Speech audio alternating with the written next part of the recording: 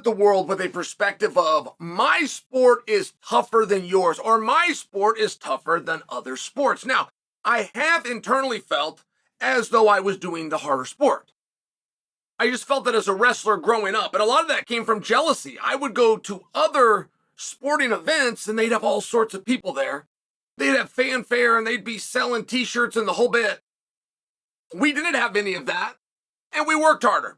Now, does that matter? Does one have to do with the other? I don't know. But I know that I have not personally come out and said and banged my chest, with few exceptions, of course. And it was a number of years ago, I had a back and forth with Lance Armstrong, and it was all through the Jim Rome show. Like, he would go on Rome, and then I would go on Rome. Lance and I never actually spoke to one another. And I was using an example with the bicyclist, because Jim Rome was like defending that. He was saying it like, the bravado of bicycling, which was a little bit hard for me to hear.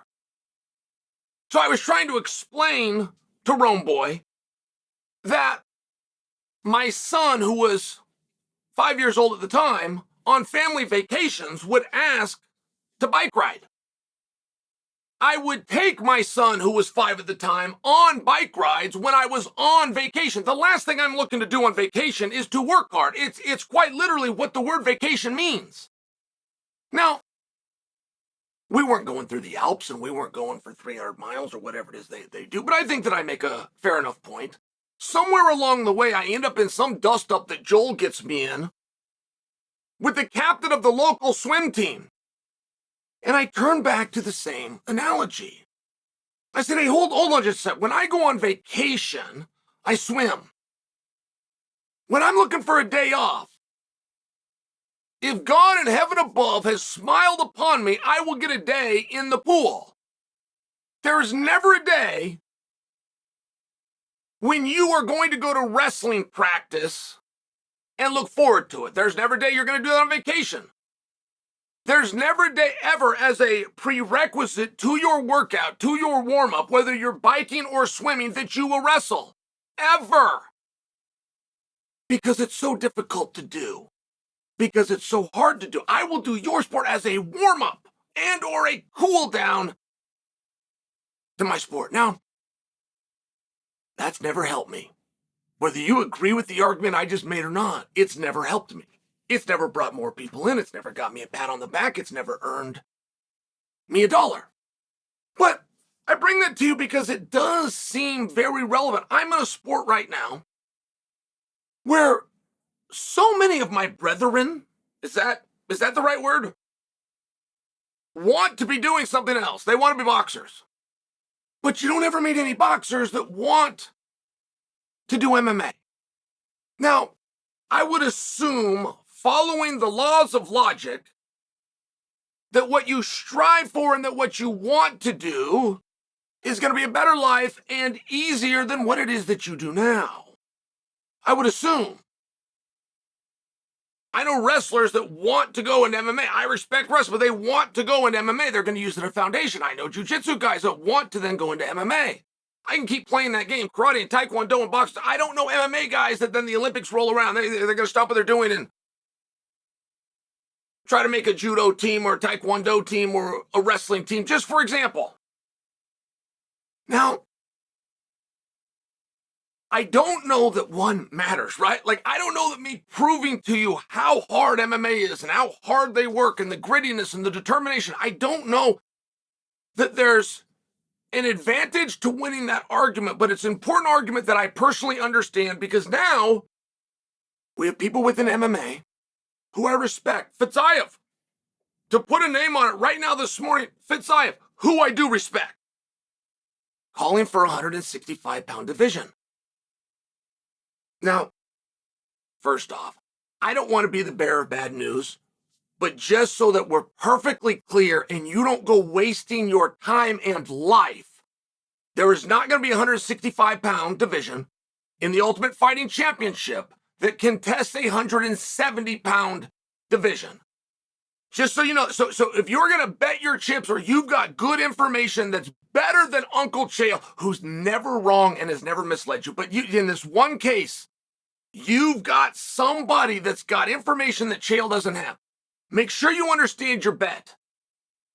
You are not just making a bet that they're going to have a 165-pound division. You're simultaneously betting that they do away with 170. You sound like an insane person when you make either of those statements. And to make one of those statements, you're making them both together, just so you understand. Now, my problem with it only comes because it's called for. It's within the unified rules. That weight class exists.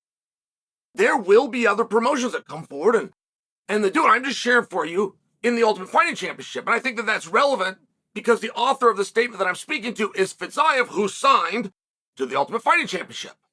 Now, I don't want to single him out, but I do want to understand the guys that are binding together and speaking up, saying, give us 165 pounds. Because there's one piece of confusion. I'm all for opportunity. I wanted to bring back the super fight. I love the BMF. I like the interim championship. I like opportunity. The more people who, when this is all said and done, can have beautiful, shiny things up on their mantle, can have goals that they set, that they achieved, I'm all for it. But therein lies the problem. If you're asking for a 165-pound division and you're signed to a certain division now, are you saying, this is the number for me? This is where I would do my best. And look at all these other guys that I could tell you that would also sign up in the same division. Because once you identify those guys, you simultaneously excluded who's coming in. You simultaneously have also said who's going to stay at 55 or who's going to stay at 70. So that's just where I get a little bit confused when there's this push for the mythical weight class, of which doesn't exist and is never going to exist. But that's where I get confused. Hey, I could be champion. Okay, great. You have my attention. Can you beat all of these guys? Well, no, but I'm not going to have to. Okay, please explain. Well, what we're going to do is we're going to form a division and we're going to keep some of these really tough guys out of it. Okay. Well, come to think, if we can keep on doing these degrees of separation, sure enough, young man, you could be champion. Tell me more. Can we hold the contest in your garage? Can we tie one hand behind your back? It's one of those spots that I don't think that that's how it's meant. But I will tell you, it sure does come off that way. It very much comes off of the idea that we're going to go form a division and we're going to keep, and then fill in the blanks. We're going to keep Islam out of it. We're going to keep Leon Edwards out of it, just for example. And I never know how to take it. And I never know if I should just sit back and, because that's not interesting, by the way. Let's say, this would never happen. Let's say, I can barely even form the words. Are you ready? Let's say Chael's wrong.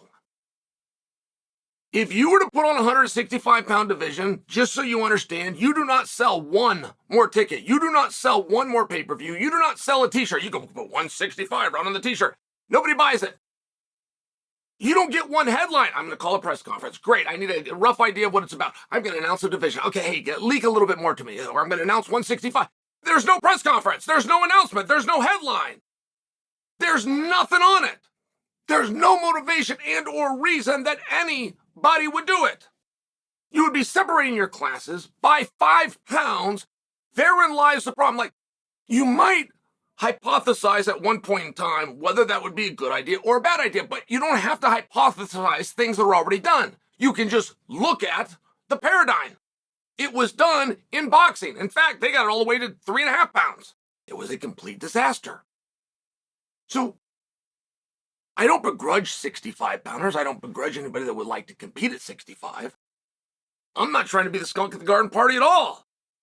I will let you know, just on some outside chance that you think you have a friend somewhere that has better information than I have, your friend is lying.